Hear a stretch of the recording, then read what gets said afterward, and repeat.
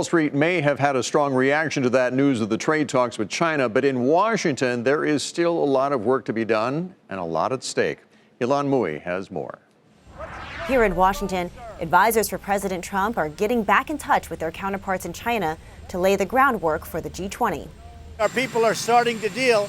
As of tomorrow, the teams are starting to deal, so we'll see.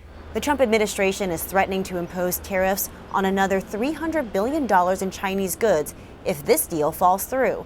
That would mean basically everything the U.S. imports from China would be taxed.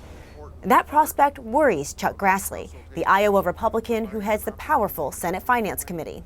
2 years ago, if you'd talked to me, I'd said, well, the president's going to be crazy if he puts tariffs on China.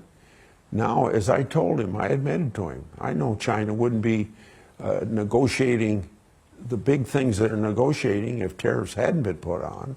So if they're a tool is one thing, but as a policy, they're catastrophic. But at a hearing today, Trump's trade ambassador told the committee that talk alone won't keep China in line.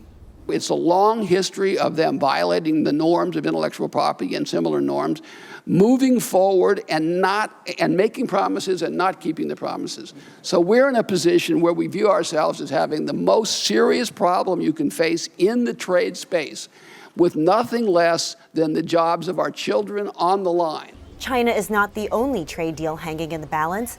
The White House is also negotiating with Japan and the European Union.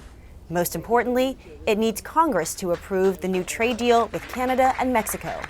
Just think of all the number, particularly Democrats, that said NAFTA is no good for the country.